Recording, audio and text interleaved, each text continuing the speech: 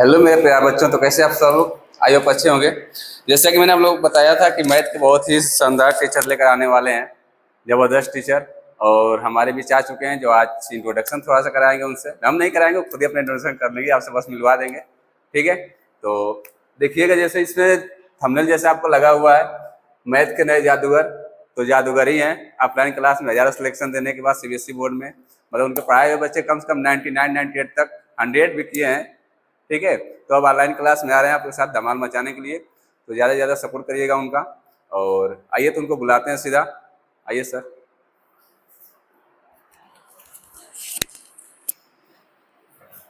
लीजिए, थोड़ा बच्चों को इंट्रोडक्शन बताइएगा, फिर उसके बाद जो भी होगा।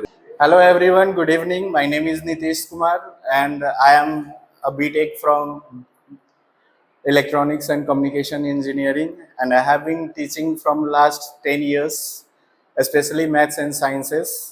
So I will be teaching you maths for class 9th and class 10th on alternate days. There will be short videos and I hope you will cooperate with me. So from tomorrow onwards, I will be starting class 9th and the videos for class 10th and 9th will come on alternate days. I will be starting from the basics, from very basics, and will cover all the topics of class 10th CBSE board. And I will be teaching in English and Hindi, dual language course in two languages, English and Hindi both, so that you can be comfortable. You can ask your doubts in the comment section and feel free to give your positive responses. So as I told you, today is the introductions. Before we start on the chapters, I would like to give you a brief of how we are going to approach our syllabus and what is the basic requirements in mathematics. तो अभी हम जो है पढ़ने वाले हैं कि क्या क्या आएगा क्लास 9th में, कैसे हमको अप्रोच करना है मैथमेटिक्स के प्रॉब्लम्स को। ठीक है, उसके साथ हम कुछ सिलेबस की चर्चा करेंगे। तो सबसे पहला जो अप्रोच आता है कि हमारा अप्रोच मैथमेटिक्स में कैसा होना चाहिए, चाहे कोई भी, आप साइंसेस में भी जब आप न्यूमेरिकल सॉल्व करते हैं तो what are the things that you need to mention in your answers. तो आपको कुछ चीज़ों का ध्यान रखना होता है। सबसे पहला, how to solve a problem.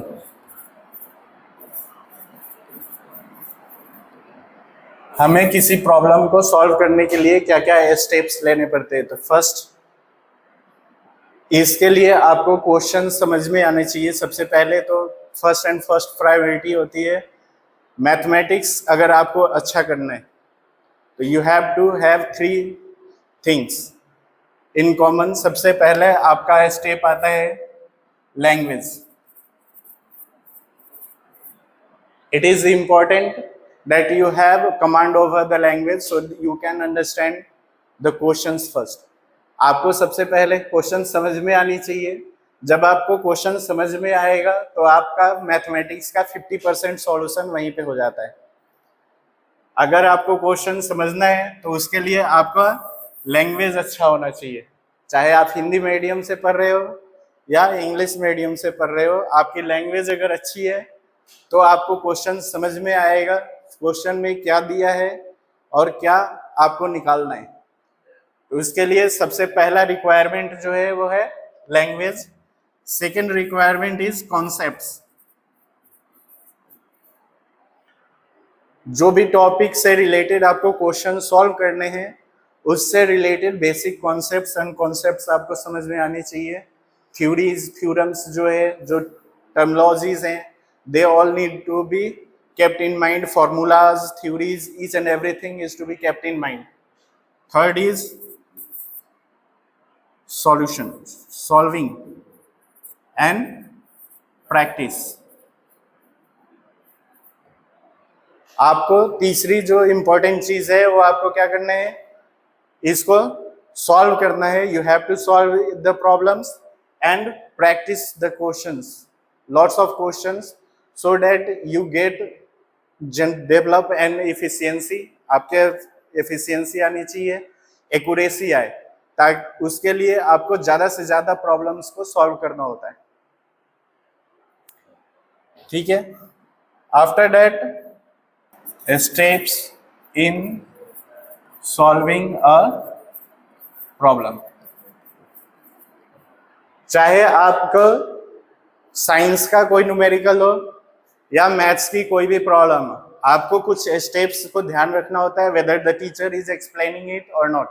जब भी आप सॉल्यूशन करें तो आपको ये चीजें स्टेप्स याद होनी चाहिए कि कौन कौन से स्टेप्स आपको लिखने होते हैं। सबसे पहले फर्स्ट स्टेप आपका होता है right the given information in the question.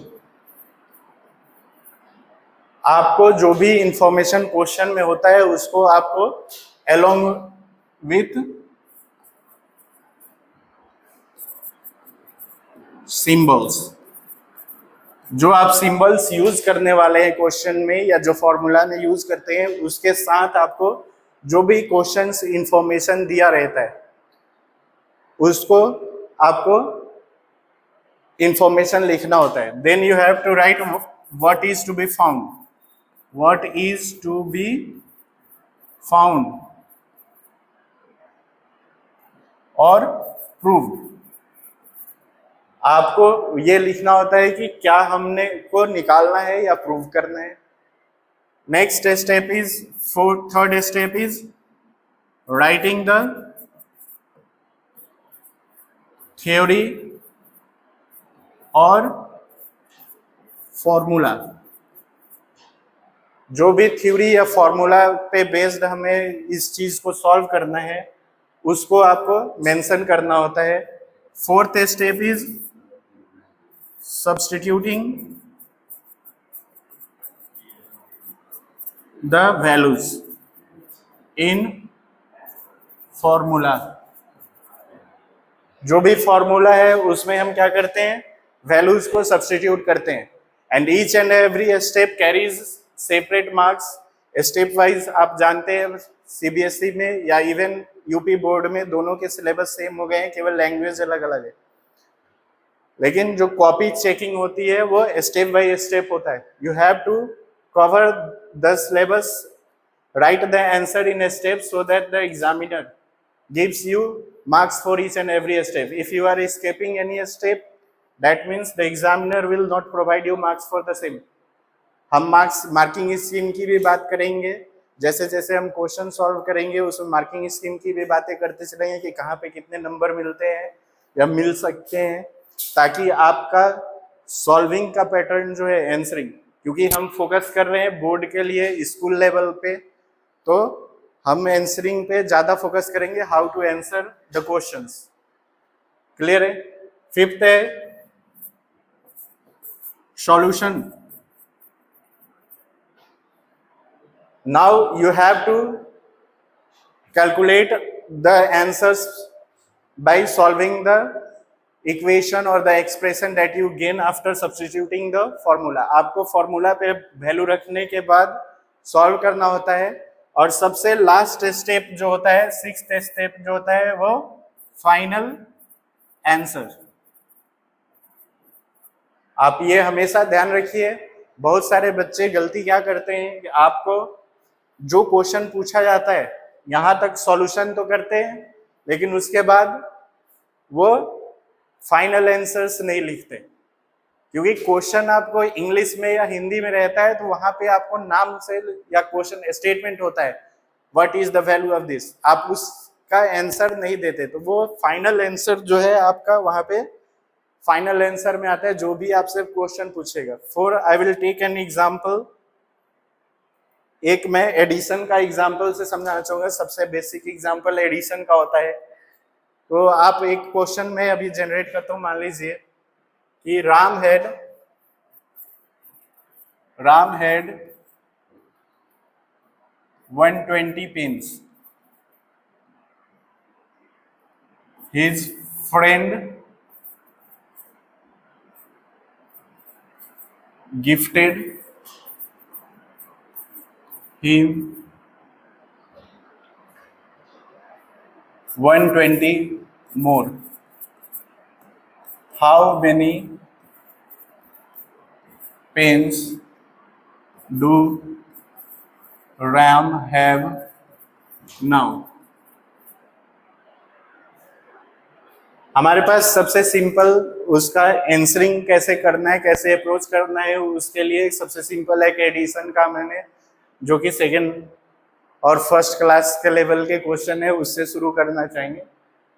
कि आपके पास ये दिया है कि राम के पास भी 120 पेन है और उसके दोस्त ने उसको 120 और ज्यादा दिए, तो अब उसके पास कितने पेन है? जैसा कि मैंने पहला स्टेप आपको बताया, first step is writing the given information in the question along with symbols. दो इस क्वेश्चन में कोई सिंबल नहीं है, का यूज नहीं करने वाले हैं, लेकिन हम फिर भी उसको लिखेंगे गिवन इंफॉर्मेशन में। तो सॉल्यूशन जब हम करते हैं तो आप लिखेंगे गिवन, ये वर्ड गिवन लिखना जरूरी नहीं है, ये हर बार आप गिवन लिखें।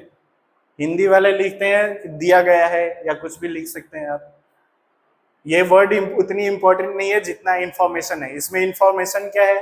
राम के पास 120 पेन है, उसके दोस्त के पास उसके दोस्त ने उसको 120 और दिए, तो number of pens Ram had is equal to 120।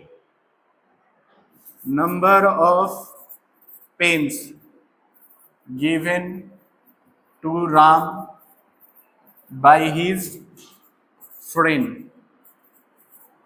ये भी 120।